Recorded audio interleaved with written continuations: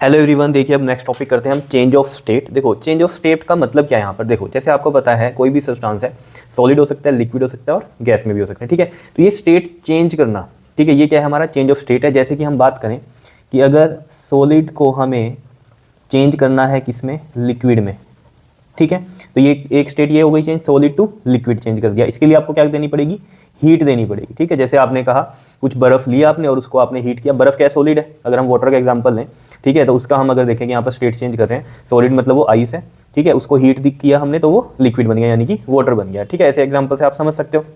ठीक, और इस चीज़ को हम बोलते हैं जो सॉलिड टू लिक्विड चेंज हो रहा है, इसको हम बोलते हैं क्या है, ये हमारा मेल्टिंग। क्या बोलते हैं हम इसको, मेल्टिंग, मेल्ट करना। ठीक है, तो ये हो गया हमारा मेल्टिंग, ठीक है, प्रोसेस को।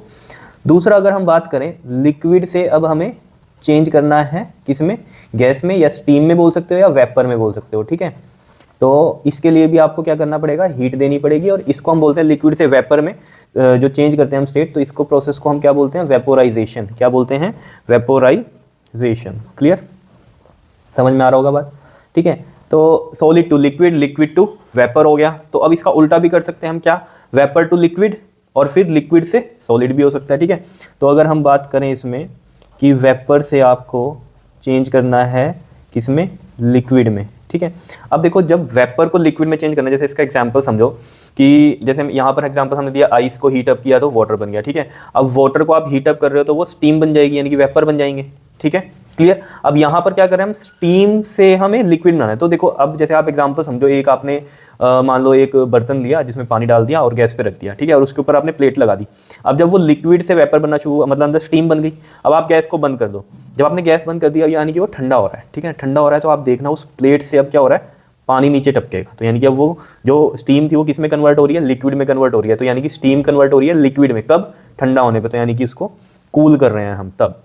ठीक है, तो वेपर से जब लिक्विड में जा रही है चीज़, ठीक है, तो इसको हम क्या बोलते हैं, कंडेंसेशन बोलते हैं। क्या बोलते हैं, याद रहेगी प्रोसेस, कंडेंसेशन। ठीक है, इस प्रोसेस को हम क्या बोलते हैं, कंडेंसेशन बोलते हैं। ठीक, अब जैसे यहाँ सॉलिड टू लिक्विड हुआ, ठीक है, तो अब लिक्विड टू सॉलिड भी हो सकता है। ठीक है, चेंज स्टेट या फेज भी हम बोलते हैं कि चेंज हो रहा है। ठीक है, तो लिक्विड से सॉलिड, तो लिक्विड से भी जब सॉलिड बनेगा तो ऑब्वियस बात है इसको ठंडा ही करना पड़ेगा। एग्जांपल वही है, वाटर को आप ठंडा करोगे, बहुत ज़्यादा टेम्परेचर दे दोगे, यानी कि तो वो आइस बन जाएगी, तो सॉलिड बन जाएगा। तो ये भी क्या हो गया, कूल करना पड़ रहा है इसको। ठीक है, तो इसलिए जो इसकी डेफिनेशन है ना वो यही लिख रखी है चेंज ऑफ स्टेट में, कि the transition of substance from one state to another. ठीक है, ट्रांजिशन मतलब जो कन्वर्जन हो रही है एक सब्सटेंस की एक स्टेट से दूसरे स्टेट में बाय हीटिंग या कूलिंग। जैसे इन दोनों में हीटिंग हो रही है, इन दोनों में कूलिंग करके हो रही है। ठीक है, तो उसको क्या बोलते हैं हम, चेंज ऑफ स्टेट बोलते हैं। ठीक है, क्लियर है इतनी बात। और ये जो लिक्विड से सॉलिड में जब हम चेंज कर रहे हैं, इसको क्या बोलते हैं हम, प्रोसेस को फ्रीजिंग। क्या बोलते हैं, फ्रीजिंग भी बोलते हैं और फ्यूजन भी बोलते हैं। ठीक है, जब अगर आपको याद हो लेटेंट हीट वाले जब हमने न्यूमेरिकल्स किए थे तो वहाँ लेटेंट हीट ऑफ फ्यूजन था। तो अब आप कहोगे वहाँ आइस से हम चेंज कर रहे थे जब वाटर में, ठीक है, आइस से वाटर में चेंज हो रहा था फेज। ठीक है, तो वहाँ पर भी हम लेटेंट हीट ऑफ फ्यूजन ले रहे थे। तो आप कहोगे सॉलिड टू लिक्विड ले रहे थे, तो लेटेंट हीट ऑफ फ्यूजन क्यों ले रहे थे, वहाँ तो लेटेंट हीट ऑफ मेल्टिंग लेना चाहिए था, सॉलिड टू लिक्विड। तो ये बात ध्यान में रखना, लेटेंट हीट ऑफ जो फ्यूजन है ना वही हमारी क्या है, लेटेंट हीट ऑफ मेल्टिंग भी थी। तो लेकिन हम लेटेंट हीट ऑफ फ्यूजन ही लेते हैं, चाहे वो आइस टू वाटर हो या वाटर टू आइस हो। ठीक है, वैसे तो प्रॉपर तो फ्यूजन क्या बनता है हमारा, water to ice, liquid to solid. लेकिन हमने क्वेश्चंस में आइस टू जब वाटर कर रहे थे तब भी एल ही ले रहे थे। तो जिन बच्चों ने वो वीडियो देखी है तो उनको समझ में आ रही होगी बात। ठीक है, तो ये दोनों सेम ही होती है, जो कि हमें पता है कितनी होती थी हमारी, 80 होती थी वैल्यू। ठीक है ना, आइस टू वाटर या वाटर टू आइस के लिए 80। सिंपल सी बात है, आइस टू वाटर कर रहे हो तो देनी पड़ेगी इतनी हीट, वाटर टू आइस कर रहे हो तो इतनी निकालनी पड़ेगी हीट, सीधी सी बात है। क्लियर इतनी बात। ठीक है, तो ये फ्रीजिंग होता है और फ्यूजन होता है। ठीक है, एक प्लाज्मा स्टेट भी होती है वैसे तो, कि जब हम वेपर्स को और ज़्यादा हीटअप करेंगे तो प्लाज्मा स्टेट में जाएगी, लेकिन वो आपको पढ़ाई नहीं करनी यहाँ पर। ठीक है ना, तो देखो किस तरीके से हमने कहा, सॉलिड टू लिक्विड चेंज हुआ और लिक्विड टू सॉलिड भी चेंज हुआ। सॉलिड टू लिक्विड है तो मेल्टिंग बोलते हैं प्रोसेस को, और लिक्विड टू सॉलिड हुआ तो फ्रीजिंग या फ्यूजन बोलते हैं। फिर लिक्विड टू वेपर यानी कि गैस में, ठीक है, तो ये क्या होती है, वेपोराइजेशन। और वेपर टू लिक्विड जो हो रहा है हमारा, फिर वो कंडेंसेशन हो गया। ठीक है, अब ये है देखो, solid to liquid, liquid to vapour, इस तरीके से जा रहा है, और vapour to liquid, liquid to solid, ऐसे जा रहा है। ठीक है, दूसरा अगर हम बात करें, एक प्रोसेस क्या है हमारे पास जिसमें सॉलिड से डायरेक्ट चेंज हो जाएगा फेस हीट करने पर, क्या होगा वो बताओ, गैसियस या वेपर स्टेट। ठीक है, बिना मतलब कि लिक्विड स्टेट में गए वो डायरेक्ट सॉलिड से वेपर स्टेट में चला जाता है। ठीक है, इस प्रोसेस को हम बोलते हैं सब्लिमेशन। क्या बोलते हैं हम इसको, सब्लिमेशन। इसकी जो है डेफिनेशन आगे लिखी भी हुई है हमने। ठीक है, तो सब्लिमेशन हो गया, क्लियर। और इसका उल्टा अगर हम करें, वेपर टू सॉलिड अगर करें तो तो उसको क्या बोलते हैं हम, डिपोजिशन बोलते हैं, ठीक है ना। वेपर स्टेट से अगर हम डायरेक्ट सॉलिड में करें कन्वर्ट तो वो क्या होती है, हमारी डिपोजिशन होती है। क्या इतनी बात क्लियर है या नहीं है बताओ।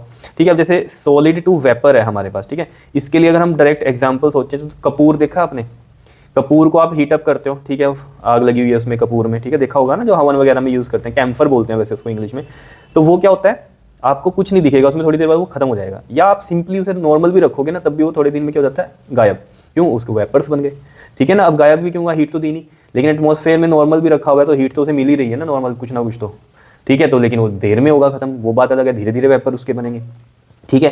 लेकिन नॉर्मली अगर आपने हीट उसको दी फायर किया, ठीक है, तो ऑब्वियस बात है वो गायब हो जाता है थोड़ी देर में, ठीक है, समझ रहे हो। और इसमें और एग्जांपल जैसे हमारे पास जैसे कपड़ों में रखने वाली एक गोली आती है जिसको हम बोलते हैं नेफ्थलीन, ठीक है, वो भी इसलिए रखते हैं कि क्या हो, वहाँ पर उसकी खुशबू से इंसेक्ट्स वगैरह ना आए, ठीक है। तो वो भी क्या है, नेफ्थलीन भी क्या है हमारा बड़ा अच्छा एग्जांपल है, सॉलिड टू वेपर वाला, वो भी गायब हो जाती है थोड़े टाइम में, ठीक है, समझ रहे हो इतनी बात। ये सब चीज़ें आपने देखी होंगी, या आपने वॉशरूम में भी देखी होंगी, जो खुशबूदार आप चीज़ें लगाते हो उसके अंदर, ठीक है, मिलती हैं बाहर से, तो वो भी क्या होती है, थोड़े टाइम में गायब हो जाती है। तो वो क्या है, डायरेक्ट वेपर स्टेट में जा रही है। क्यों जा रही है, हीटअप मिल ही रही है, उस एटमॉस्फेयर की भी कुछ ना कुछ तो हीटअप मिल ही रही है ना, ठीक है, तभी उस पर लिखा होता है 30 डेज चलेगी, ये 60 डेज चलेगी, डिपेंड करता है क्वांटिटी कितनी है और कितनी हीट पे वो कितना जा रहा है। मतलब कि अब रूम टेम्परेचर ये है वहाँ, तो वो जो हीट उसको मिल रही है उसके अकॉर्डिंग वो कितने दिन चलेगा, ठीक है। और जैसे हमने कहा डिपोजिशन, डिपोजिशन का क्या एग्जाम्पल हो सकता है, जिसमें हमने कहा कि वेपर टू डायरेक्ट सॉलिड जाएगा बिना लिक्विड में गए, तो वो क्या होता है, डिपोजिशन, ठीक है। तो उसके लिए अगर हम देखें एग्जाम्पल, तो इसका एग्जाम्पल क्या होगा, जिसमें वेपर टू हम सॉलिड चेंज कर रहे हैं, अगर मैं यहाँ पर इसको लिख भी दूँ,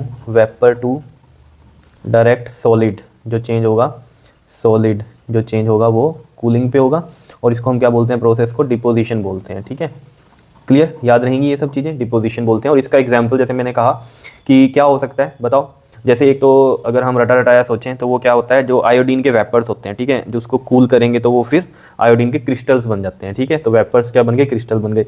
दूसरा बेस्ट एग्जांपल जो कि आपको समझ में भी आएगा, जैसे जो विंटर सीजन होता है तो आपने देखना जहाँ पर ठंड बहुत ज़्यादा होती है वहाँ पर क्या होगा, जैसे आपने देखा होगा कि विंडो के पास बर्फ़ सी जम जाती है, तो वो क्या है, वेपर्स हैं बाहर, वाटर के वेपर्स हैं, और ठंड हुई तो वो डायरेक्ट कन्वर्ट हो गए किसमें, आइस में, तो वो बाहर बर्फ़ जमी होती है, ठीक है, समझ में आई बात, ठीक है। अब देखो जो इसमें मेन कहानी आपको समझनी है चेंज ऑफ स्टेट में, कि जब फेज चेंज होता है यानी कि स्टेट चेंज होती है सॉलिड टू लिक्विड, ठीक है, तो एक पर्टिकुलर हम जब देखते हैं कि जब, जैसे कि इसका एक एग्जांपल हमने लिया हुआ है, जैसे कि जो कि मैंने इसमें यहाँ पर बताया effect of heat on change of state, तो ये इतना बड़ा आपको दिख रहा है थ्योरी, ये आप खुद से बना सकते हो। यहाँ तक कि मैं आपको एक्सपेरिमेंट समझाता हूँ, एक एक्सपेरिमेंट को इसमें समझाया, जैसे कि एक बीकर लिया आपने, उसमें कुछ आइस डाल दी, ठीक है, एक स्टीरर है इसको घुमाता रहेगा, और एक टेम्परेचर इसमें यानी कि थर्मोमीटर लगा दिया, ठीक है, जो कि टेम्परेचर को मेजर करेगा, और यहाँ से हम हीट दे रहे हैं इसको, ठीक।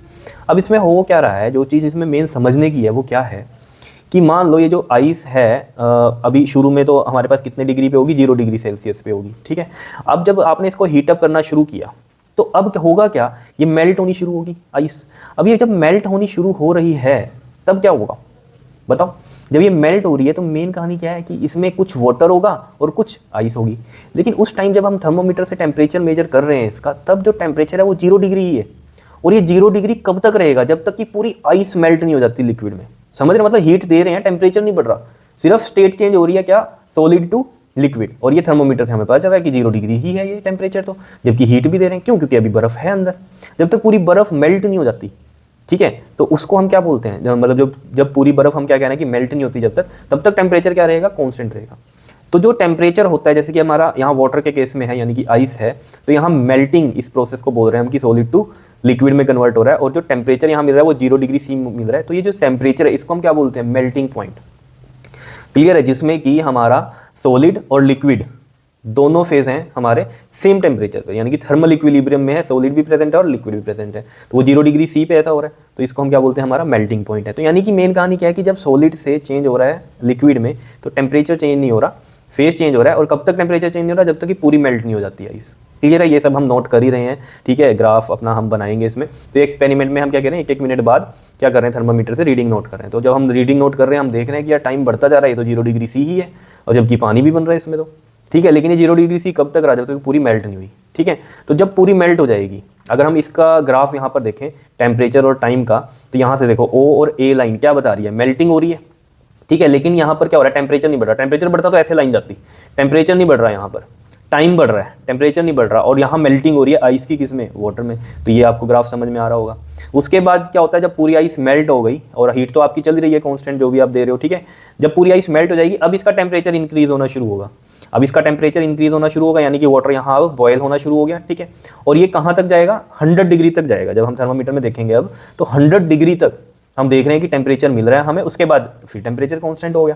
क्यों हो गया, जबकि हीट तो हम दे ही रहे हैं कंटिन्यूसली। 100 डिग्री पे टेम्परेचर कांस्टेंट क्यों हो गया, क्योंकि अब देखो यहाँ से यहाँ क्या हुआ है, टेम्परेचर बढ़ा है, और 100 डिग्री सी पे जाके फिर ये कांस्टेंट हो गया, ये बी सी तक। ए से बी क्या है, हमारा वाटर मिल गया हमें, ठीक है, पानी गर्म हो रहा है, बॉयल हो रहा है 100 डिग्री सी पे, लेकिन अब टेम्परेचर यहाँ से यहाँ बढ़ नहीं रहा, टाइम तो बढ़ रहा है लेकिन टेम्परेचर नहीं बढ़ रहा, हीट भी दे ही रहे हैं हम। तो यानी कि यहाँ पर अब हो क्या रहा है, जो ये वाटर है कन्वर्ट हो रहा है गैस में, यानी कि स्टीम बन रही है, वेपर्स बन रहे हैं अब। और कब तक ये 100 डिग्री रहेगा, जब तक कि पूरा पानी जो है स्टीम नहीं बन जाता। बात आ रही है समझ में, जब तक पूरा पानी स्टीम नहीं बन जाता तब तक ये क्या रहेगा, हमारा 100 डिग्री सी पे रहेगा। इस प्रोसेस को हम क्या बोलते हैं, जब कन्वर्ट हो रहा है लिक्विड से किसमें, वेपर्स में, तो वेपोराइजेशन बोलते हैं। तो यहाँ पर भी टेम्परेचर क्या रहेगा, कांस्टेंट रहेगा वेपोराइजेशन में, जैसे कि हम वाटर की बात कर रहे हैं यहाँ पर, तो वो 100 डिग्री सी है। क्लियर। और एक चीज़ याद रखना, ये जो मेल्टिंग पॉइंट्स और बॉइलिंग पॉइंट है हमारे, ये स्टैंडर्ड एटमॉस्फेरिक प्रेशर यानी कि 1 atm के ऊपर है, कि वाटर का 0 डिग्री सी मेल्टिंग होता है, या हम आइस कह दें, ठीक है, और 100 डिग्री क्या होता है, बॉइलिंग पॉइंट होता है, ठीक है। तो इसीलिए आपको देखा होगा बॉइलिंग ऑफ वाटर में भी 100 डिग्री सी बोलते हैं, और स्टीम पॉइंट भी हमारा 100 डिग्री सी होता है, क्योंकि इस 100 डिग्री पे हमें क्या मिल रहा है, वाटर भी मिल रहा है बॉयल, और स्टीम भी मिल रही है। ऐसे ही हम मेल्टिंग ऑफ आइस भी बोल देते हैं, मेल्टिंग ऑफ वाटर भी बोल देते हैं। मेल्टिंग ऑफ आइस तो चलो समझ में आता है कि 0 डिग्री पे मेल्ट हो रही है, ठीक है। तो कई बच्चे सोचते हैं 0 डिग्री पे तो आइस जमती है, तो ये मेल्ट क्यों हो रही है। अब ये देख लिया आपने, मेल्ट हो रही है क्योंकि टेम्परेचर नहीं बढ़ रहा, हीट चाहे हम दे रहे हैं, कब तक नहीं बढ़ेगा, जब तक पूरा वाटर कन्वर्ट नहीं हो जाता, ठीक है, आइस जो है पूरी वाटर में कन्वर्ट नहीं होती। तो मेल्टिंग ऑफ वाटर भी बोल देते हैं 0 डिग्री सी, और क्या बोल देते हैं हम इसको, मेल्टिंग ऑफ आइस भी बोल देते हैं। क्लियर। तो ये चीज़ समझ में आ रही होगी आपके, ठीक है। मेल्टिंग पॉइंट भी बोल देते हैं आइस का भी और वाटर का भी, क्योंकि 0 डिग्री पे आइस भी मिलती है हमें और वाटर भी मिलता है, ठीक है। क्लियर है, तो इसमें कंफ्यूज नहीं होना है आपको, ठीक। तो जो हम यहाँ बात कर रहे थे कि 100 डिग्री सी पे हमें वेपोराइजेशन हो रही है, यानी कि लिक्विड कन्वर्ट हो रहा है किसमें, स्टीम में, यानी कि वेपर्स में। और जब पूरा वाटर जो होता है हमारा क्या बन गया, स्टीम बन गया, उसके बाद देखो टेम्परेचर बढ़ना शुरू हो गया वेपर्स में, यानी कि स्टीम में। अब जब पूरी वाटर जो हो गया कन्वर्ट हो गया स्टीम में, उसके बाद हम जो है देख क्या रहे हैं यहाँ पर कि टेम्परेचर बढ़ना शुरू हुआ, जबकि हीट यहाँ कॉन्स्टेंटली हम दे ही रहे हैं, रुके नहीं है हीट तो देने में, ठीक है। कांस्टेंट सोर्स है ये, मतलब कम ना ज़्यादा, एक पर्टिकुलर जो भी हमने हीट यहाँ पर दी है, ठीक है, वही कंटिन्यूसली चल रही है टी टाइम तक। तो ये चीज़ समझ में आई होगी आपके, ठीक है। तो मेन है मेल्टिंग पॉइंट क्या है, बॉइलिंग पॉइंट क्या है, और ये जो मैंने आपको बोला 1 एटमॉस्फेरिक प्रेशर पर है, ये 0 डिग्री आइस जो है वाटर के लिए मेल्टिंग होता है, और 100 डिग्री बॉइलिंग पॉइंट होता है। ये चेंज हो जाते हैं अगर हमारा प्रेशर चेंज होता है, ठीक है। तो इनके मेल्टिंग पॉइंट ये चेंज हो जाते हैं, इसलिए जो ये 0 डिग्री और ये 100 डिग्री हमारा है बॉइलिंग पॉइंट, और जो मेल्टिंग पॉइंट है 0 डिग्री, इनको हम बोलते हैं नॉर्मल मेल्टिंग पॉइंट और नॉर्मल बॉइलिंग पॉइंट, क्योंकि ये स्टैंडर्ड एटमॉस्फेरिक प्रेशर पर है। ये चेंज भी हो जाते हैं, अगर हमारा प्रेशर हम चेंज करेंगे तो इनके मेल्टिंग पॉइंट अलग हो जाएंगे और बॉइलिंग पॉइंट भी अलग हो जाएगा वाटर का, ठीक है। अब जैसे मेल्टिंग पॉइंट और बॉइलिंग पॉइंट हमने बात करी यहाँ पर वाटर की, ऐसी अगर हम बात करें मेल्टिंग पॉइंट आयरन का, ठीक है ना, आयरन का कितना होता है हमारे पास, जो मेल्टिंग पॉइंट होता है वो 1534 डिग्री सेल्सियस अप्रॉक्सीमेट यही होता है, ठीक है।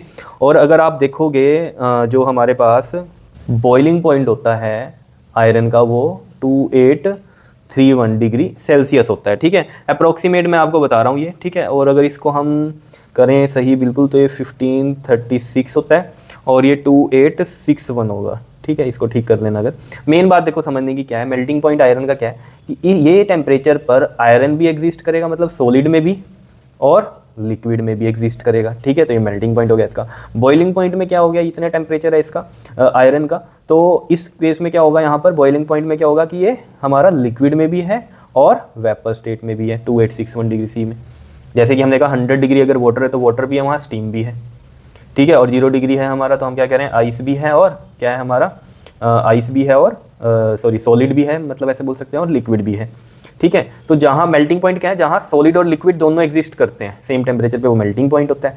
और बॉइलिंग पॉइंट क्या होता है कि वो टेम्परेचर जिस पर लिक्विड और वेपर दोनों स्टेट होती हैं, वो उसका बॉइलिंग पॉइंट होता है। जैसे यहाँ वाटर में 100 डिग्री पे होता है ऐसा, और 0 डिग्री पे जो है हमारा सॉलिड लिक्विड रहता है, ठीक है। आयरन के केस में वो कब होगा मेल्टिंग पॉइंट, यानी कि लिक्विड और सॉलिड कब रहेंगे एक साथ 1536 डिग्री सेल्सियस पे। और वेपर और लिक्विड स्टेट कब रहेगी उसकी, मतलब को एग्जिस्ट करेगी थर्मल इक्विलिब्रियम मतलब सेम टेम्परेचर पे 2861 डिग्री सी पे उसका लिक्विड भी होगा और वेपर भी होगा, तो ये बॉइलिंग पॉइंट हो गया आयरन का। ठीक है, तो यही सब जो है कहानी जो है ना, ये सब इसमें लिखी हुई है, पढ़ लेना आप ये सारी की सारी चीज़ें। ठीक है, बहुत ही ईजी है।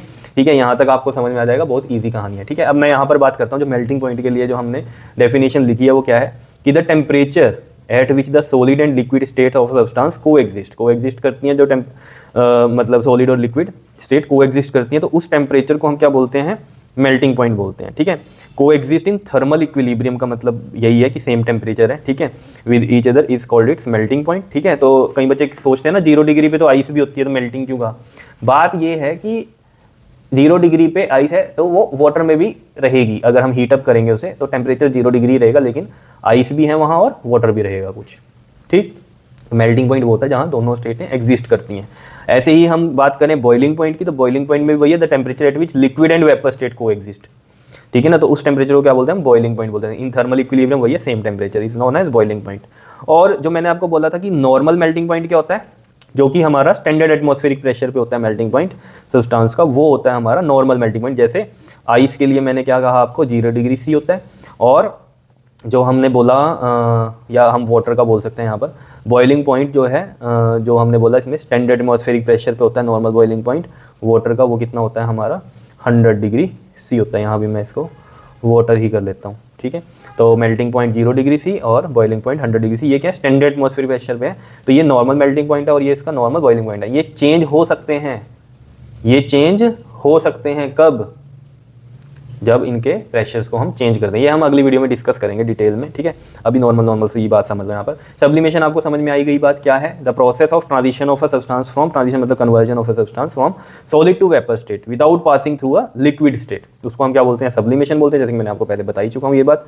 एग्जाम्पल इसका ड्राई आइस भी हो सकता है, कैम्फर यानी कपूर हो सकता है, और नेफ्थलीन की जो टेबलेट्स होती हैं जो कि आप कपड़े वगैरह में रखते हो, वो हो गया। ठीक है, नोट में क्या इसका जो रिवर्स है सब्लिमेशन का, यानी कि वेपर टू डायरेक्टली सॉलिड में जो कन्वर्जन होती है उसे क्या बोलते हैं हम, डिपोजिशन। और जैसे मैंने आपको कहा सर्दियों में जो है बहुत ज़्यादा सर्दियाँ हैं तो विंडो के बाहर क्या होती है, बर्फ जमा जाती है, तो वो कैसे हुई, वेपर्स हैं वो ठंड की वजह से क्या हो गए, सॉलिड में कन्वर्ट हो गए, आइस बन गए। ठीक है, तो डिपोजिशन बोलते हैं उसको। क्लियर है, इतनी बात समझ में आ गई होगी कहानी आपके, या नहीं बताओ। अगर आप कहो तो ये मैं पढ़ दूं जरा यहाँ राम कहानी, तो देखो जरा ये क्या है, effect of heat on the change of state. देखो, टेक सम आइस क्यूब्स ली हमने बीकर में, उसका टेम्परेचर नोट किया, कितना था वो आइस का, 0 डिग्री सी था। स्टार्ट हीट किया उसको स्लोली कांस्टेंट हीट सोर्स से, और उसका टेम्परेचर हमने देखा हर मिनट। ठीक, और कॉन्टिन्यूसली उसको स्टिर भी कर रहे हैं, घुमा भी रहे हैं, ताकि हीट क्या हो, प्रॉपर ट्रांसफर हो हर जगह पे। ठीक, and the mixture of water and ice. ठीक है, स्टिर कर रहे हैं उसको। उसके बाद हमने जो ग्राफ प्लॉट किया उसमें हमने टेम्परेचर रिकॉर्ड किया और टाइम रिकॉर्ड किया था। ठीक है, तो हमने जो कर्व मिली वो यहाँ पर इस फिगर में आपको यहाँ पर दिखाई दे ही रही है। ठीक, it is found that the temperature does not change as long as this there is any ice left. ये मैंने आपको बता दिया, जब तक आइस रहेगी उसमें तब तक कोई टेम्परेचर चेंज नहीं होगा, 0 डिग्री ही रहेगा।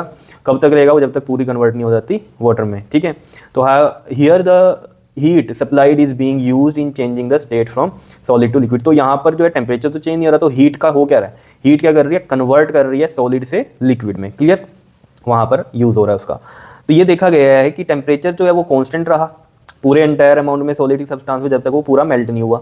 दस both the solid and liquid state of the substance coexist in thermal equilibrium during the change of state from solid to liquid. ठीक है, क्लियर इतनी बात, तो सॉलिड टू लिक्विड क्लियर। और आफ्टर द होल ऑफ, ये जो है ना आप पैराग्राफ जो है इसको अपने हिसाब से लिख सकते हो, क्योंकि ये मेल्टिंग पॉइंट की भी कहानी बनती है। बस अगर यहाँ मैं लिख देता ना कि टेम्परेचर, वो टेम्परेचर जिस पर सॉलिड और लिक्विड स्टेट को एग्जिस्ट करती है थर्मल इक्विलिब्रियम में, उसे हम क्या बोलते हैं, मेल्टिंग पॉइंट बोलते हैं। ठीक है, आफ्टर द होल आइस जब तक मेल्ट हो गई into the water, as we continue heating the beaker we note the temperature begins to increase. Obviously जब पूरी मेल्ट हो गई उसके बाद जो हुआ टेम्परेचर इंक्रीज होना शुरू हुआ, और वो कहाँ तक गया, 100 डिग्री सी के बाद, और अगेन बिकम स्टेडी, मतलब क्या हो गया, कांस्टेंट हो गया उसके बाद। क्यों, क्योंकि अब वेपर में कन्वर्ट होगा, वो स्टीम बनेगी अब उसकी, तो वो टेम्परेचर वहीं रहेगा। तो वहाँ पर जो हीट यूज हो रही है is now being used to change the state of water from liquid to vapour. ठीक है ना, वाटर के ही हम एग्जांपल ले रहे हैं यहाँ पर, क्योंकि आइस ली थी हमने एक्सपेरिमेंट में। तो it is seen that the temperature remain constant until the entire amount of liquid is converted into the vapour. वो 100 डिग्री रहेगा जब तक पूरा कन्वर्ट नहीं रहता वाटर किसमें, वेपर में। ठीक है, तो both the liquid and the vapour state of the substance coexist in thermal equilibrium, और जिसपे ये को एग्जिस्ट करते हैं उस टेम्परेचर को हम क्या बोलते हैं, उसका बॉइलिंग पॉइंट बोलते हैं। ठीक है, जहाँ पर दोनों ही रहते हैं, लिक्विड और वेपर। क्लियर। तो यहाँ पर जो इस एक्सपेरिमेंट से मेन कहानी क्या थी कि जब स्टेट चेंज हो रही होती है तो टेम्परेचर चेंज नहीं होता। जैसे आइस टू जब लिक्विड बन रहा था तो 0 डिग्री सी ही रहा, और जब लिक्विड टू वेपर बन रहा था तो 100 डिग्री सी ही रहा। कांस्टेंट आ रही है यहाँ पर ये कर्व्स BC वाली और ये OA वाली, टेम्परेचर क्या है यहाँ पर, कांस्टेंट है। क्लियर है।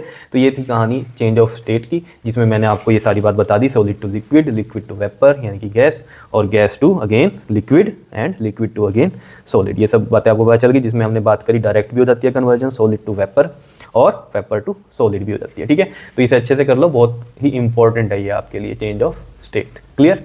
ओके जी, थैंक यू।